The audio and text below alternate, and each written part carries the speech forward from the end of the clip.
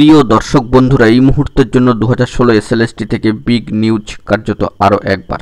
এই মুহূর্তে দাঁড়িয়ে জোরালো সংবাদ উঠে আসলো সম্মানীয় বিশিষ্ট শিক্ষক সম্মানীয় সুমন স্যার মহাশয়ের কিন্তু গুরুত্বপূর্ণ বার্তা। কি জানা গেল অবশ্যই সবটা তুলে ধরবার জন্য চেষ্টা করছি, তো ভিডিওটিকে একদম শেষ পর্যন্ত দেখবেন, কোনোভাবে কিন্তু স্কিপ করবেন না, স্টিল না ওয়াচ করবেন, চ্যানেলটিকে এখনই সাবস্ক্রাইব করে সঙ্গে থাকবেন। তো চলুন কথাবার্তা না বাড়িয়ে আমরা মূল টপিকে ফোকাস করি।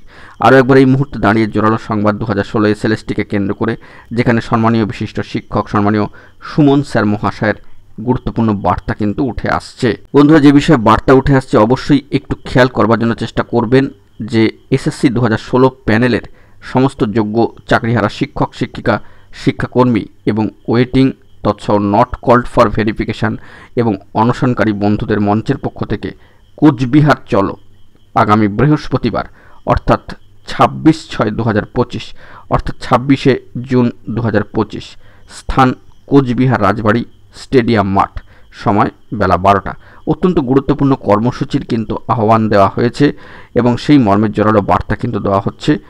এই মর্মে সম্মানীয় বিশিষ্ট শিক্ষক সম্মানীয় সুমন স্যার মহাশয় কিন্তু বার্তা দিয়ে দিয়েছেন যে এসএসসি 2016 প্যানেলের সকল যোগ্য চাকরিহারা শিক্ষক শিক্ষিকা শিক্ষাকর্মী waiting not call for verification এবং অনশনকারী মঞ্চের পক্ষ থেকে কোচবিহার চলো আগামী বৃহস্পতিবার 26/6/2025 কিন্তু ডাক দেওয়া হয়েছে। স্থান কোচবিহার রাজবাড়ি স্টেডিয়াম মাঠ, সময় বেলা 12টা।